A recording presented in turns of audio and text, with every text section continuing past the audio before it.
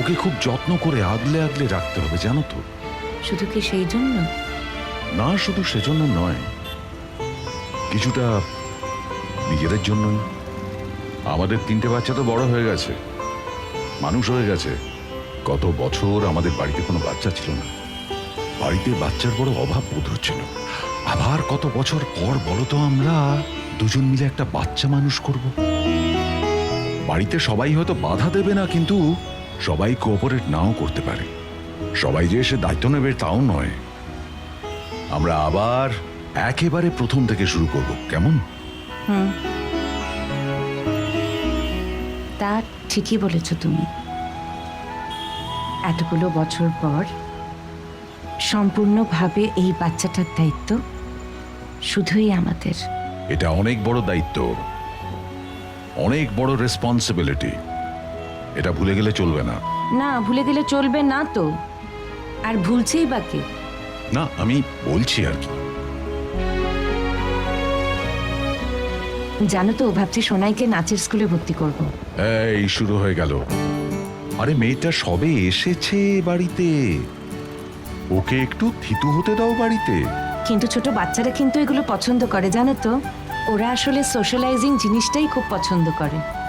অন্য কতগুলো বাচ্চার সঙ্গে মিশবে, ভাল লাগে ওদের। আরে আমি তো বারণ করছি না, বাড়িতে একটুখানি অ্যাডজাস্ট করতে দাও। সবে নিজের বাড়ি ছেড়ে এসেছে, মাকে ছেড়ে এসেছে, দিদিদের ছেড়ে এসেছে, নতুন জায়গায় একটু সময় তো লাগবে থিতু হতে। বাচ্চাটা কিন্তু খুব মিষ্টি, পাকাও আছে। হ্যাঁ, তাই তো দেখছি, যেরকম ভাবে কথা বলে। তবে একটা জিনিস জানো তো, আমার খুব ভালো লেগেছে, খুব স্ট্রেট কাট কথা বলে। একদম আমার মতো। আমার মতো? বলছি আমার মতো, সঙ্গে সঙ্গে তোমাকে বলতে হবে যে না আমার মতন। এইটাই যদি কোনো খারাপ গুণ হতো তখন বলতে তো যে আমার মতন, অ্যাকসেপ্ট করতে পারতে তখন এত সহজে। ঠিক আছে ঠিক আছে, আমি হার মানছি। এবার থেকে যা কিছু ওর ভালো সব তোমার, আর যা কিছু খারাপ সব আমার। আচ্ছা, এমন করে কথা বলছোই বা কেন? জানো আমরাই ওকে জন্ম দিয়েছি, জানো আমাদের সমস্ত ফিচার্স নিয়ে জন্মেছে। তা তো নয়। না, সেটা নয়, আমরা ওকে জন্ম দিইনি ঠিকই, কিন্তু আমরা তো আমাদের মতো করে মানসিকভাবে ওকে বড় করে তুলতে পারি। একদিন তুমি দেখবে, অবাক হয়ে যাবে যে আমাদের ফিচারগুলোই ওর মধ্যে রিফ্লেক্টেড হবে। দেখো, বংশগতিকে আমরা অ্যাভয়েড করতে পারি না, সেটা খানিকটা কাজ করবেই, কিন্তু পরিবেশ যাদের কাছে মানুষ হচ্ছে সেটাও একটা বড় ফ্যাক্টর। বই কি, সেটাও ম্যাটার করে মানুষের জীবনে।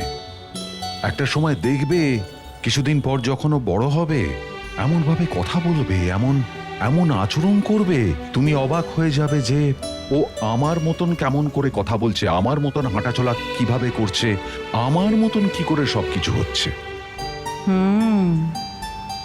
তুমিও একদিন দেখে অবাক হয়ে যাবে, জানো তো। বলবে আরে এ তো একদম কমলিনীর মতো, কমলিনীর মতোই কথা বলছে, কমলিনীর মতোই খাচ্ছে। অবাক হয়ে যাবে তুমি। কতদিন পর তোমার এই দমকা হাসির আওয়াজটা শুনলাম। কতদিন বাদে আমি তোমাকে আবার মজা করতে দেখলাম। আমরা সিরিয়াস হতে হতে হতে হতে আমাদের মধ্যে আর হাসি ঠাট্টার কোনো জায়গাই ছিল না। আচ্ছা, রহস্যটা কি বলতো? রহস্য?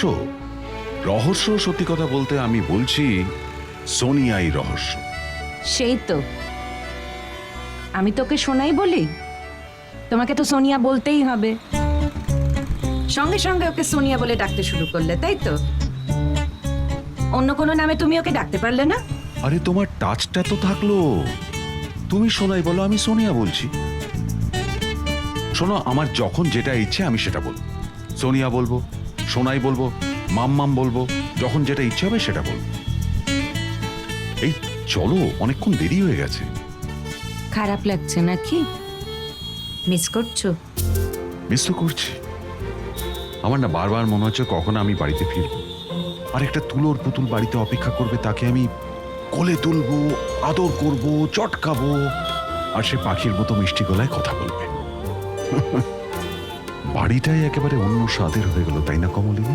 আমার এইটা ভেবে খারাপ লাগছে যে তোমার জীবনে আমি যখন শুধু ছিলাম তখন কিন্তু তোমার এতটা আনন্দ হয়নি। জানো তো কমলিনী, মানুষের জীবনে প্রত্যেকটা পর্যায় খুব ইম্পর্ট্যান্ট। তার নিজস্ব একটা স্বাদ আছে। তুমি বাড়িতে আছো, তুমি আমার আশেপাশে আছো, সেটার একটা অদ্ভুত আনন্দ আছে, সেটা থাকবেও। তারপরেও জানো তো, মানুষের জীবনে একটু ভেরিয়েশন লাগে। এই বাচ্চাটা এসে সেটা বুঝিয়ে দিল। এই বাচ্চাটা আসার পরে ও যেন আমাদের দুজনের জন্যই বিশুদ্ধ অক্সিজেন হয়ে উঠেছে। তুমি বলো, হয়নি? ঠিকই, কিন্তু এখনই বর্ষা কিরকম ট্যাকট্যাক করে কথা বলছে সেটা শুনেছো? তুমি কি পাত্তা দাও? পাত্তা আমি দিই না, কিন্তু সবার সামনে কথাগুলো যখন বলে তখন শুনতে তো খারাপ লাগে। ইগনোর করো, অত পাত্তা দিও না। ও মানুষের পর্যায়েই পড়ে না। নেহাত বুবলাইয়ের স্ত্রী, তাই আমরা একসঙ্গে এক বাড়িতে আছি।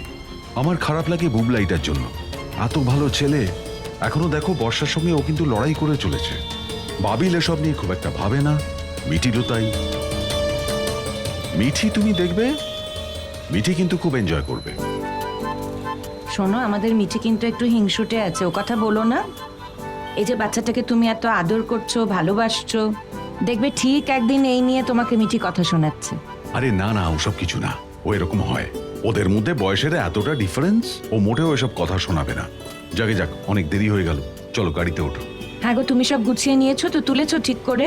তোমার সামনেই তো রাখলাম, দেখেছো তো। বলছি যে, এক কাপ কফি খেয়ে যাওয়া যায়? দেরি হয়ে যাবে না? হ্যাঁ, তা অবশ্য ঠিক। বাড়ি গিয়ে কফি খাওয়া ভালো।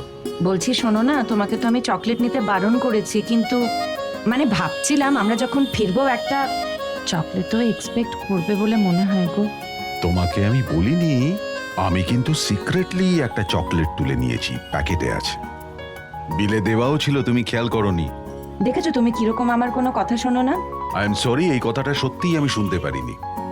একবার তুমি ভাবো তো, ওই চকলেটটা নিয়ে ওর হাতে যখন আমি দেব, আর ও দেব শিশুর মতন হাসি নিয়ে চকলেটটা নিয়ে আমার কোলে ঝাঁপিয়ে পড়বে, তখন কেমন লাগবে বলো তো? বলো, এই আনন্দ কি ছাড়া যায়? তা বলে কিন্তু ওকে সারাক্ষণ চকলেট দেওয়া যাবে না, দাঁত খারাপ হয়ে যাবে তো। আর এটাও ভেবে দেখো, যখনই তুমি বাইরের থেকে আসবে তখনও এটাই আশা করবে যে তুমি সবসময় ওর জন্য চকলেট নিয়ে আসবে। এটাও তো ঠিক না, জানো তো। খারাপ কোনো অভ্যেস আমার মনে হয় তৈরি করা ঠিক হয় না। আরে না না, কোনোদিন তো জীবনে পাইনি এসব, সবে পাওয়া শুরু হলো। তবে আমি তোমায় বলছি, ওকে না আমি পাওয়ায় পাওয়ায় ভরিয়ে দেব। ওর জীবনে কোনো আক্ষেপ থাকবে না। তুমি কিন্তু বড্ড বেশি জড়িয়ে পড়ছো। আচ্ছা, কি জড়িয়ে পড়ছি বলো তো? একটা বাচ্চা, তাকে কিছু দেওয়ার কথা বললাম, অমনি সেটা জড়িয়ে পড়া হলো। না মানে, ওর মা যদি একদিন এসে ওকে নিয়ে যায় তখন কিন্তু সবচেয়ে বেশি কষ্ট তুমিই পাবে, আমি বলে দিলাম। হ্যাঁ, কপালে যা আছে তাই তো হবে। যে থাকার থাকবে, যে চলে যাওয়ার সে চলে যাবে। সেখানে তো আমি কিছু করতে পারবো না, এটা নিয়তি। কিন্তু এই মুহূর্তটা সেজন্য কি নষ্ট করব আমি? আচ্ছা দেখো, ও আশাতে যে আনন্দ হচ্ছে, যে আনন্দ আমরা পাচ্ছি, আমরা নতুন করে বেঁচে উঠছি না? আমাদের সম্পর্কটা আবার নতুন করে বেঁচে উঠছে না? তুমি বলো কমলিনী, ওর জন্য সেটা কি নষ্ট করতে দেওয়া যায়? সত্যি কথা বলতে কি, ব্যাপারটা তাই, জানো তো। একদম ঠিক বলছো তুমি। কাল থেকে না আমাদের বাড়ির পরিবেশই অন্যরকম হয়ে গেছে। আমার জীবনের মোড়টাই যেন আমার অন্যরকম পথে ঘুরে গেছে। খুব ভালো আছি আমি, স্বতন্ত্র। খুব ভালো লাগছে। কি গো, এবার গাড়িতে উঠবে তো নাকি? হ্যাঁ চলো, দেরি হয়ে যাচ্ছে তো। নিজে কথা বলে দেরি করালো, আর এখন আমাকেই বলছে। আরে বাবা, তুমি দেখো না, আমি 2 মিনিটে বাড়ি পৌঁছে দেবো। হ্যাঁ চলো দেখি কিরকম 2 মিনিটে তুমি ওঠো, বাড়ি ওঠো, পৌঁছো। ওঠো। বেলটা লাগাও, এখন ঝপ করে বাড়ি পৌঁছে যাবো।